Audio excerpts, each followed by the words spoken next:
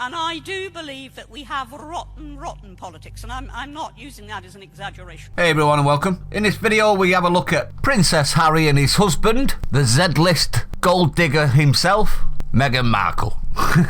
Who prove that modern families as we know them are not working. Now it's titled, Lockdown Meant We Were Both There for Archie's First Steps, the Sussexes Tell Malala. Now I only have one thing to say to that. What would you have been doing anyway? I mean, this is your first child, is it not? Are you not supposed to be a parent? Or are you just going to dump your kid on somebody else? Because that's what that sounds like, doesn't it? We were actually there because we couldn't get a nanny to do the baby shit for us. Am I wrong on that? Now, you're probably wondering who Malala is. There's about a bit of a backstory to Malala. Malala is Malala Yousafzai. Now, she was a Pakistani activist and she was campaigning for women to be able to go to school, which was a noble cause in my opinion, but it got a shot in the head from the Taliban for her activism. Now, I think that's commendable and something that she should be seen as quite a bit of a hero in Pakistan, to be honest. It's the next part that bothers me. We brought her here to treat her and she survived. She then went on to graduate from the Oxford University, where she continued to campaign for girls' access to education in the UK. Let me just tell you, Malala, the highest demographic in higher education in the UK is women. You absolute melt. You just totally discredited everything you've done previous, in my opinion. Meghan said, it's just fantastic and in so many ways we are fortunate to have this time to watch him grow.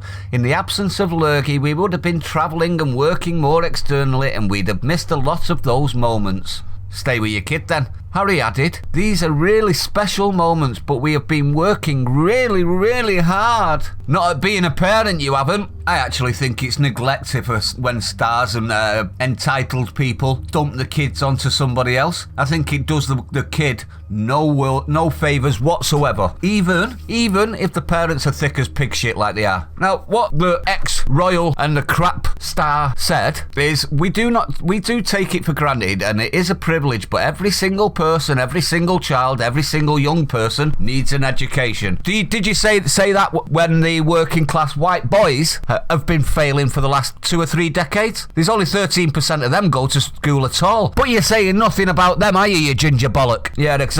This is what bothers me the most about this. This is feminism ignoring the fact that they are still entitled and get what they are fighting for already. They still fight. Am I wrong on that? They estimate that 130 million girls are out of education right now, or diddums. They're in education, higher education. How many is 13% of all working class boys? You understand the difference? The massive difference. 130 million girls out of education tells me that it's probably twice that for boys, but we won't talk about those because they're, I don't know, toxic. You see where this is going? This is more and more division from a subpar star and a fake royal. Now, Meghan went one better as well. She actually said the pandemic has exacerbated existing problems about unequal access to education. It is unequal. Let boys in. Go on, I dare you. Nah, see? She said, or better still, make it a nice environment for the boys and then maybe they want to go back themselves. That's probably the big problem. Feminism has infected universities and colleges, hasn't it? So boys are told from a very young age that they're going to be toxic and they possibly, more than likely, are going to be rapists and misogynists and hate women. If you think I'm wrong on that, let me know in the comments. I'll gladly have an hour-long heated debate with you over it, because I'm right and you're wrong.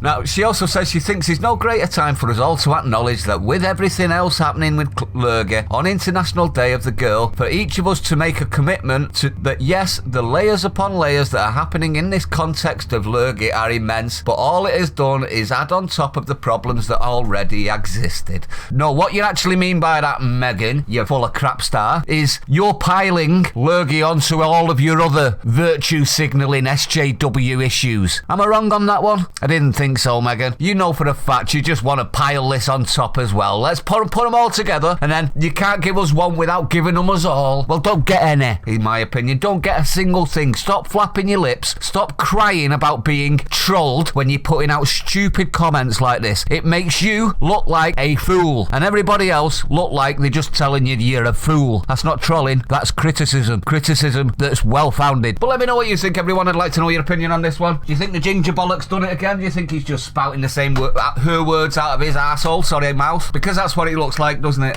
I'm sick to death of the pair of them, to be honest. I don't even think they should be allowed to use the word Sussexes at all. They should have no connection whatsoever. In fact, I wouldn't even let him use Windsor as his surname. I'd call him, I don't know, Harry Hewitt. Technically, he shouldn't be allowed to use Windsor, but Mountbatten, yeah, because that's what Bertie had to do when he dethroned or advocated or whatever you want to call it. I personally am sick to death of hearing from the pair of them, but let me know what you think. If you're new to the channel, don't forget to hit the like, comment, subscribe, hit the bell icon, share it out, everyone. It really would do me a favour. Stay sane, and I'll see you on the next one.